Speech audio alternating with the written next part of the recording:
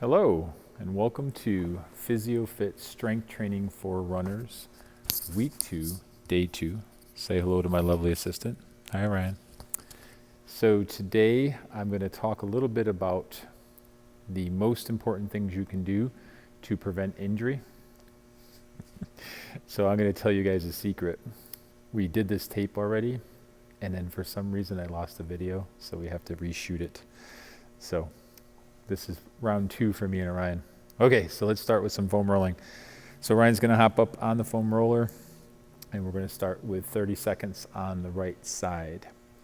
So I thought it'd be interesting for me to talk about what are the best things you can do as a runner to prevent injury. And because Ryan has already heard this, she's going to know the answer. What's the best thing you can do, Ryan? Good answer. So it's sleep. So research shows that people who get a lot of sleep have fewer injuries, and it's a lot different. Okay, Ryan, switch. So the difference is something ridiculous, like if you get less than 6 hours of sleep per night, you are over 100% more likely to have an injury, which is obviously a massive number. So sleep is incredibly important for every aspect of your life. It is good for your immune system, it's good for your mental functioning, it's good for injury prevention, it's good for your skin, it's good for lots of other things too. Okay, switch. So when people ask me what is the most beneficial thing they can do, oftentimes they're thinking of things like, oh, I want to do an insert in my shoe, or what's the best sneaker for me to wear. And yet if you're trying to prevent an injury, the smartest play you can make is sleeping, trying to get 8 hours a night. And some of you will say, that's crazy, I never get 8 hours a night. And that could be why you're groggy all the time. Or it could be why you have injuries. So sleep is your best bet for sure. There's another little interesting statistic. Let's switch. And that is the number one reason for an injury to runners is having had a previous injury in the last year. Sorry for the blackout there. So having had an injury in the last 365 days makes you more susceptible to an injury. So the best thing you can do is sleep, and the second best thing you can do is avoid having an injury. So anyway, the next in line would actually be lifting weights for me, or training specifically. So switch. So this could mean, just training as far as having a coach train you as your runs and making sure you're doing appropriate mileage and times for yourself. But for me, strength training is the way to go, and specifically for runners. The research is very clear here. Strength training reduces the rate of injuries. What does not reduce the rate of injury is flexibility. So if you were going to decide between stretching and strengthening, choose strengthening. Switch. This is a very important thing because there's still a lot of people out there, including people in my profession. It's also physicians, chiropractors, podiatrists, a whole slew of people, running coaches, a lot of people, because it was passed down for, I was going to say centuries, but probably not centuries, but definitely decades, that flexibility and stretching is a way to reduce injury. However, we have learned that this is simply not true. So what we've learned is that, switch, I kept you all in suspense. What we learned is that stretching, from meta-analysis, which is where they get a whole bunch of studies together and they evaluate the results of the studies, and it's been shown that stretching has minimal to no effect. I'm not someone who cares if you stretch, so if you like to, it's fine. It's more if you're doing it to try to prevent injury, I would rather have you strength train. So the order of priorities is get a very good night's sleep and do a very good strength training program. And that needs to be typically 3 to 5 days a week for strength training. If you've been doing, switch, a program, then you can maintain by doing just a couple days a week. But if you're trying to make gains, it's 3 to 5 days a week. And then Next would be nutrition. Nutrition is tricky because there's a lot of things out there that you'll read. The fact is, again, from research, the best diet is the Mediterranean diet. Now, this does not mean it's the best diet for you. It just means when they compare things, that's the gold standard because it has the most benefits for cardiovascular function, overall health, well-being, cancer rates, all those kind of things. Good. So we're done with foam rolling. Now let's move on to marching. So nutrition is incredibly important for your overall health and well-being, and certainly for running. So when you're doing strength training, it's also important to have protein. If you're a vegetarian, make sure you're getting vegetarian proteins. I will say this, that I learned about a year ago. I was doing some continuing education on the health of tendons. And when you're talking about collagen structures, that's tendons, cartilage, ligament, skin, things like that, they need collagen. Collagen is only found in animals. So if you're having a tendon injury and you've had one for a long time and you're a vegetarian, part of the reason is because you're a vegetarian. And so doing things like gelatin, which is what you make Jell-O out of, and putting it in a glass of orange juice, because collagen with vitamin C has been shown to help repair tendons. So anyway, back to the priority. Imagine a pyramid. On the base of the pyramid is sleep. The next layer is going to be exercise, specifically strength training. And the next layer, or on that same layer, would be nutrition. So those are the number 1, 2, and 3. And mixed in there, as Orion falls over, is going to be your mental state. So there's more and more information coming out about this, and I know a lot of you have heard about mindfulness and the value of staying in the present moment, not getting lost in your thoughts in the past or your imagination of the future. And also the mental state, because, for example, when you're talking with youth sports and kids in school and they have a big test coming up, then they're using a lot of their brain power for that. So if you then go to an exercise class that requires a lot of thinking, meaning it's a lot of new exercises that you're doing, it's an overload to the whole central nervous system. So you'll get central nervous system fatigue, and you'll have more problems concentrating, and you'll get frustrated. So when it comes to running, we know that when you go continuously for 30 minutes, you get a lot of very good chemicals released in your brain. These chemicals are the chemicals that make you feel in a better mood. They're the chemicals that help to reduce your pain. They're the chemicals that keep your cardiovascular system in high function. So running is obviously a great thing for you and for your brain, and I'm a big proponent of running. And so within this, that's part of the mental, and running can definitely help with your mental status. But if you're having a particularly rough day, doing a lot of new exercises or challenging exercises like the one Orion's doing right now can be difficult and can lead to failure or overtraining. So the list of priorities, well, let's wait until Orion changes here. So she's going to put the weight vest on today. I've said this enough times in the video. If you don't have a weight vest at home, of course, that's okay, but a backpack would be wonderful. So anybody who has a backpack on, backpack and bands, yes. So the backpack is just to wear for the rest of the workout. So this is an easy way to add weight, and I've mentioned in several of these classes that it's particularly good for women and women in osteoporosis range. So Ryan's going to put the, oh, I'm sorry, I'm jumping ahead. Oy vey, that's why she's looking at me like I'm crazy. So no, you don't need your weight vest on yet. My bad. Sorry, everybody. So you're going to put the bands on your knees, and you're going to lie on your back and grab one of the kettlebells while you're doing this too. So Orion is going to lay on her back, and we're going to do the core stabilization next. So this is the one where she has her knees bent. She's going to gently press her back into the floor to engage the core muscles. And today she's holding on the weight in one hand. So notice that the weight is over her forehead. So if it's straight up to the ceiling, it's not as challenging. When you bring it over your forehead, it makes you engage more of your core muscles.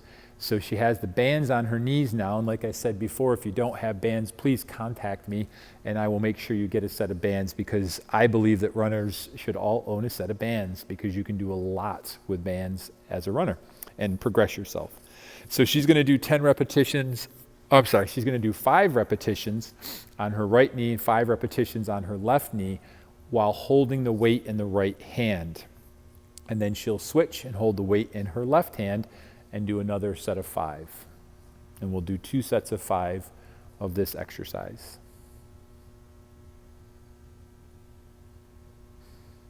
So back to my pyramid. The base of the pyramid is sleep. Next in line is strength training. And then next in line is nutrition. And I would put the mental status there. And then we start getting into the point of the pyramid. And the point of the pyramid are things like orthotics. There are some people out there where orthotics is a game changer. They're the things that allow you to keep running. Most people do not need orthotics. And if you do have an orthotics, most of you should be evaluated to decide that. And when I say evaluated, I'm biased. I'm a physical therapist, so I think you should be biased, or you should be evaluated by a physical therapist or a podiatrist or a chiropractor, somebody like that. And whoever is evaluating you should actually watch you walk. So if you're in an orthotic and you've been evaluated by standing on a machine and it's calculated and told you that your alignment's off because while standing on the machine you have different pressure points, and that's what the orthotic will help with, I just have a question. What happens when you take a step? Because the instant you take a step, literally everything in your foot changes. And so therefore that orthotic that is wonderful perhaps for you to stand still with is a complete waste of your money when you walk. So I know a lot of people get angry specifically at me when I mention this because they spent $400 or $500 on a quote custom orthotic, and yet that custom orthotic is the one you could get off the shelf for $50. So the custom means it would look different from your right foot to your left foot, and most custom orthotics do not. And I happen to know the behind the secrets because I know some therapists and chiropractors and even a couple podiatrists who order from a specific manufacturer or a couple different manufacturers, and there's literally a piece of paper where you evaluate someone's foot type and you send it off A, B, C, D, and they send you back that specific orthotic, and it literally looks exactly like everybody who needs an F, has exactly the same amount of arch, has the exact same amount of everything. It's not a custom orthotic. It is someone who's charging you for a custom orthotic. So I'm not a big fan, as you can probably tell. However, I will say there's definitely a time and place for that. So Orion is going to take the band off now. Hopefully she doesn't clunk herself in the head with the weight while she's doing it.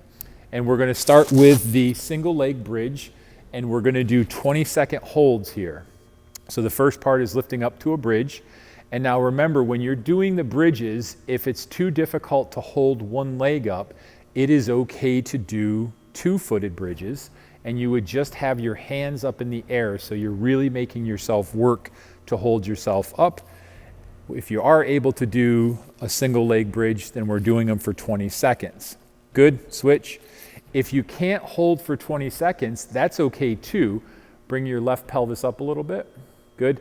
So you're trying to maintain a square pelvis while you're doing this. And to me, that means if I took a level out, like a carpenter would use, and I put it on the hip bones in the front, then it would stay level. So there'd be no rotation there. The other thing is to fight to keep your butt up. Good. Switch. So we're going to do 3 on each side, holding for 30 seconds. So this is working on core stability. So anytime people tell me core stability, that means stable. So I want to see as little movement in the core area, hip, pelvis, back, as little movement as possible in that region. Good, switch. So back to orthotics real quick. Orthotics are very beneficial if you have plantar fasciitis. They are beneficial for 6 to 12 months.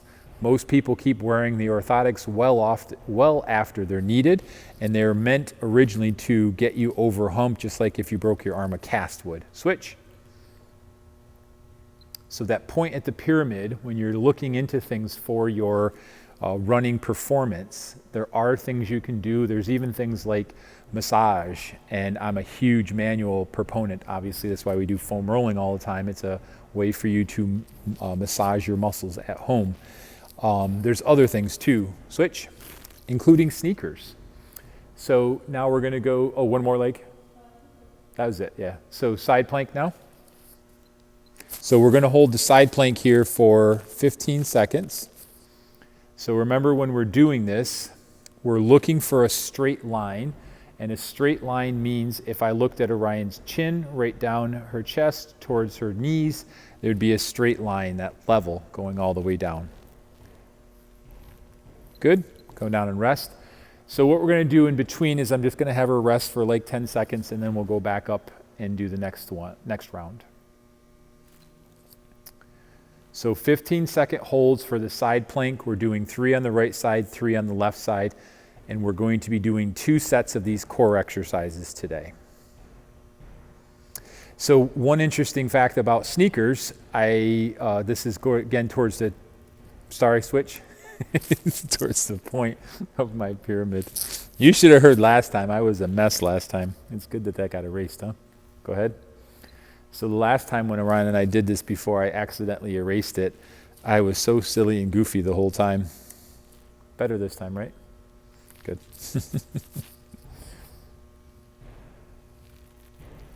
Good. Let's switch sides.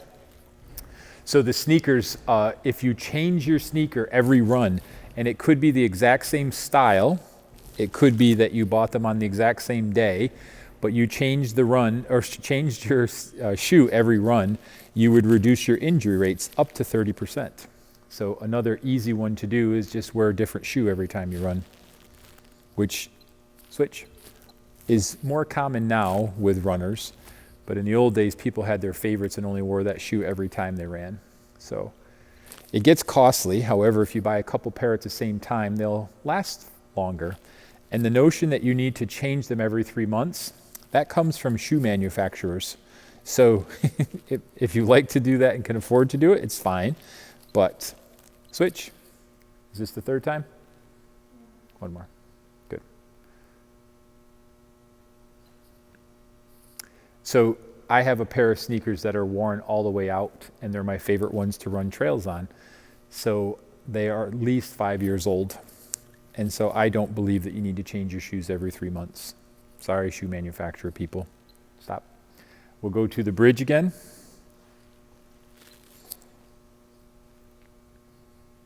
I get myself in trouble a lot because I say things like that. But it's what I learn, and I have anecdotal experience with myself, so.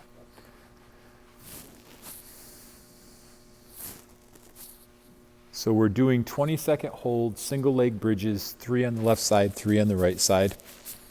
And then we're going to do another round switch of the side planks.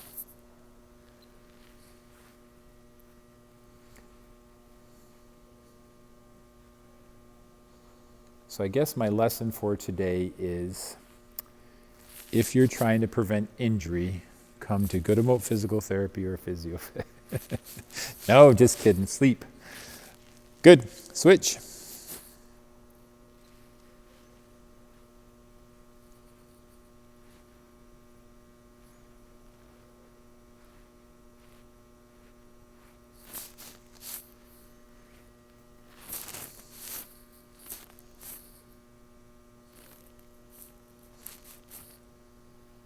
And switch.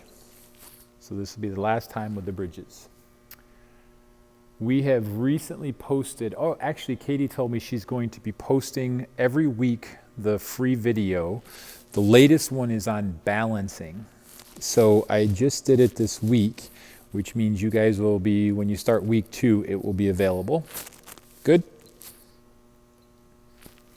And what we did, or what I did, I should say what Orion did, because I just stand back here and talk. I had her just do some basic exercises for single leg standing, and then I just changed it up a little bit, made her move her head around, made her look different directions, made her stand on things, and so it's worth looking at. Switch. It's about 5 to 6 minutes long, and it is something that I would recommend every runner do, because I am a huge proponent of runners training their calf and foot muscles.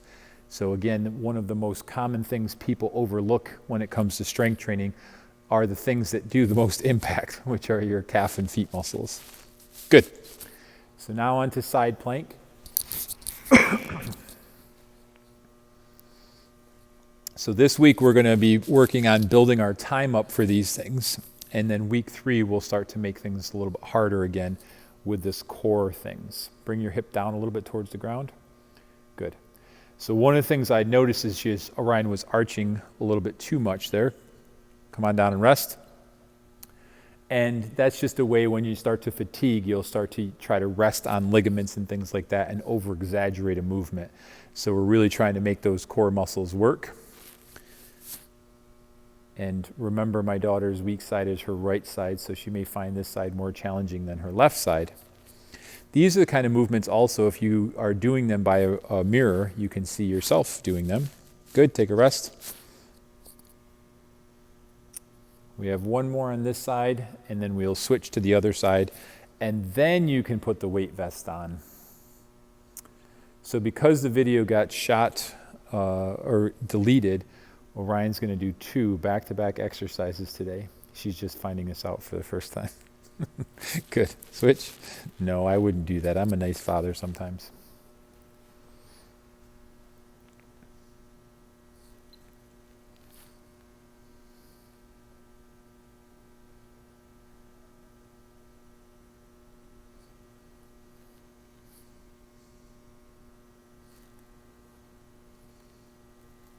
Good, and switch.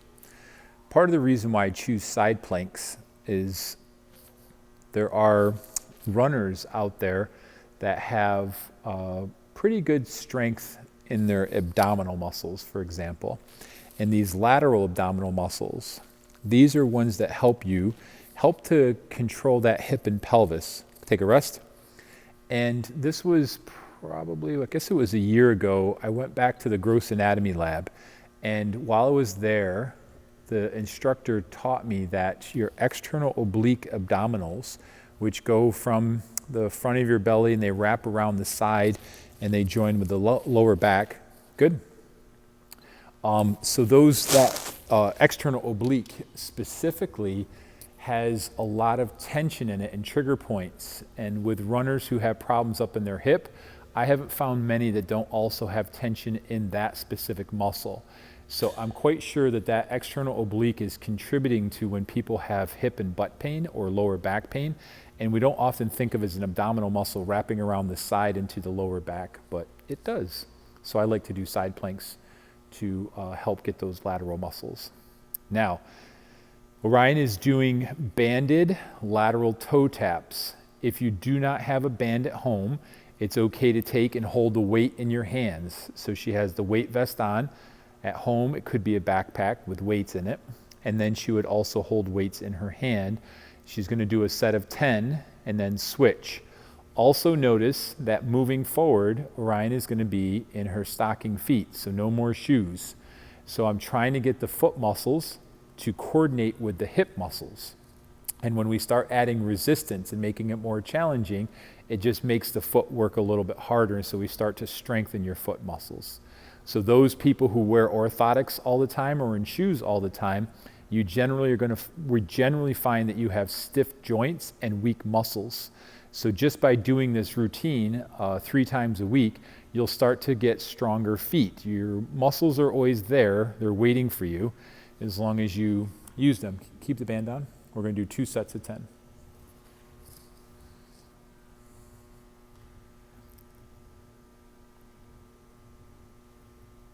Good. And then what we're going to do is the chair squats, staggered stance, and we'll change our weight position there.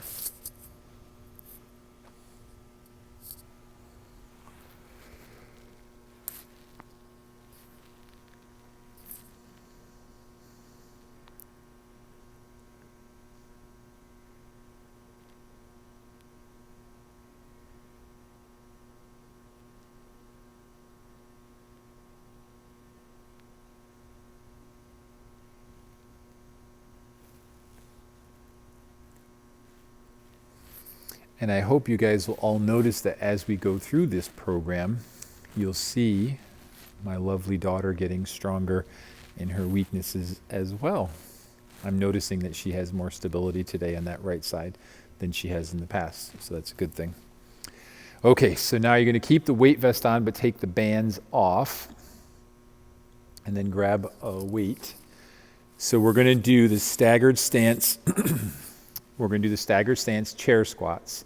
So I'm going to have her do 10 repetitions on her left leg and then 10 repetitions on her right leg. And then we're going to hold the weight differently. So now we have a weight vest, and she's using the 100-pound weight vest. That's how strong she is. No, I think it's a 15-pound weight vest she's using. So a 15-pound weight vest plus the 10 or 15-pound kettlebell.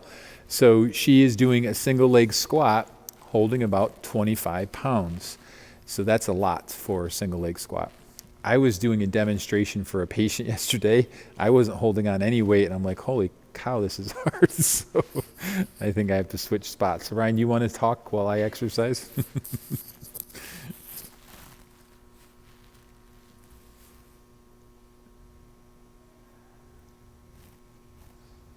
So after she finishes 10 here, I'm going to have her hold the weight in her right hand. And then what she's going to do is still the staggered stance squats. Now remember, if you're having a hard time with the staggered stance, it's okay to have your feet shoulder width apart and do two-footed squats. Or better yet, is to take those blankets and prop them up in the chair and still do a staggered stance squat, but just don't go down all the way to the depth of the chair. And then when you start to find it's easy, with a blanket, you can just unfold it a little bit, and that will allow you to go a little bit deeper into the movement.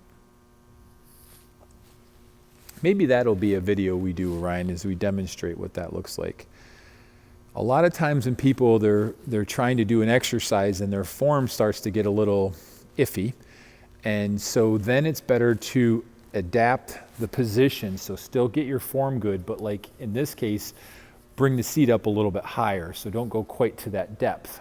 And then as you get stronger, it's easy to unfold things or take a little bit of the cushion away to get you down deeper until you can have good form all the way down to the height of the chair.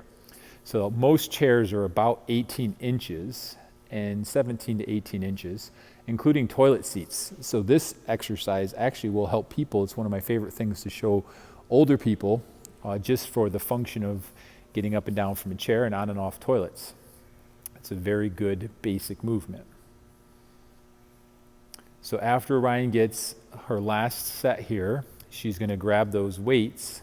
Nope, she's going to keep the weights where they are. She's going to come to the floor, and we're going to do the star next. No mat today. So she's pointing at the mat because the video you guys don't get to see that I erased. I had her on the mat. We'll do that next time.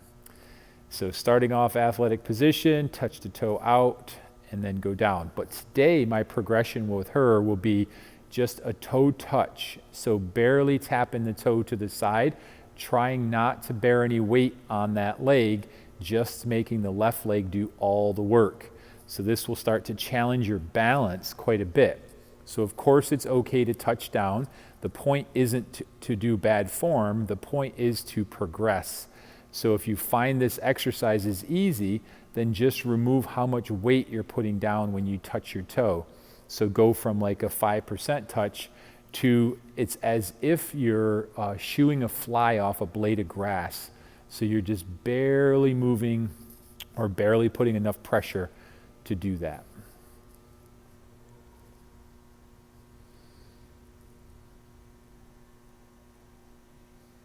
Katie, who's been helping me with the videos and posting things online, she's a PT that works for me.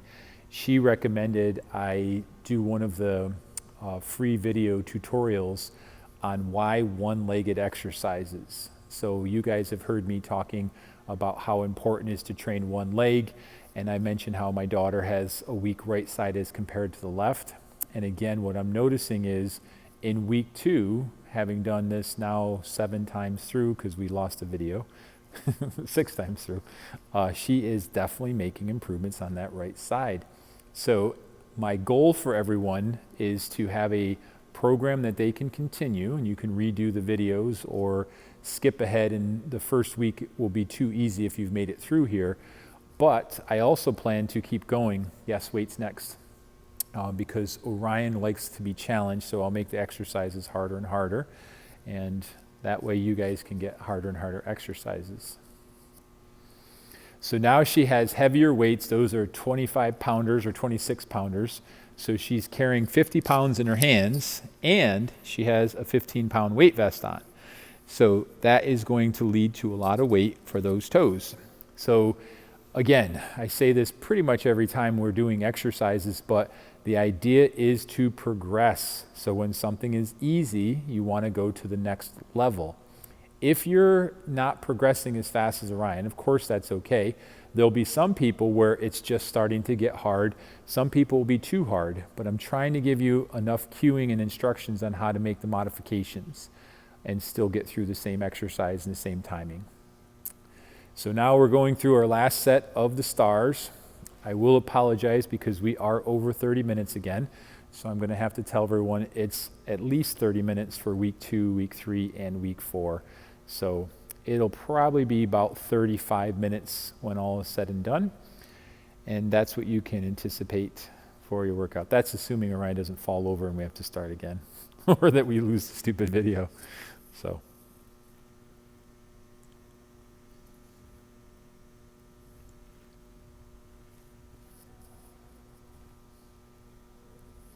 I've been talking also to a couple different groups. I'm pretty sure we're going to be doing a webinar in the next week or two. So it'll probably be around week 3 or week 4 of this particular program. We'll be posting it on our social media sites and all that kind of stuff. But a webinar and picking a topic where I'll talk for 10 or 15 minutes. Yes, it's possible I talk for a short amount of time. And then answering questions. And I'm thinking of things like plantar fasciitis. I'm thinking of things like knee pain, shin splints, hip pain, whatever. So we have an opportunity for people to sign on to the webinar and ask their questions. I've been wanting to do it for a while, and now because of the virus, I think it's a good time to give it a whirl. And also, it'd be a good opportunity when I do their live workshops, we can hopefully now learn how to record them so people at home could watch too. Ooh, that would be cool. Good. So now Ryan's going to finish up with the marching. And remember, when you're doing this, there's a couple things. Number 1, I'm always looking for control. And then the number 2 is I don't want gigantic steps. I want a good 15, 20 steps when you're doing this, trying to keep the heels up as high as you can. You can play around a little bit with the speed. So walking really slow and deliberate will challenge more, but also picking up the speed a little bit will challenge your balance more. So doing it both ways, but the point is to be in control no matter which way you're doing it.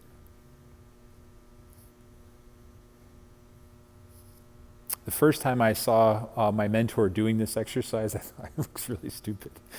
But it's a really effective way to get after your soleus muscles, as I've mentioned before. Well, you guys have done it again. Week 2, day 2 is on the books.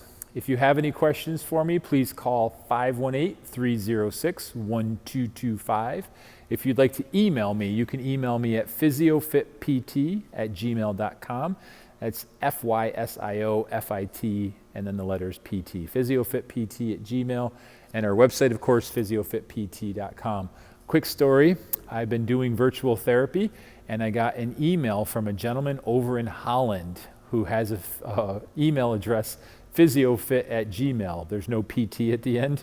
So somewhere in our scheduling, we gave him people the appointments. So he sent me an email. Will you stop sending these to me? So anyways, thank you guys. See you next time.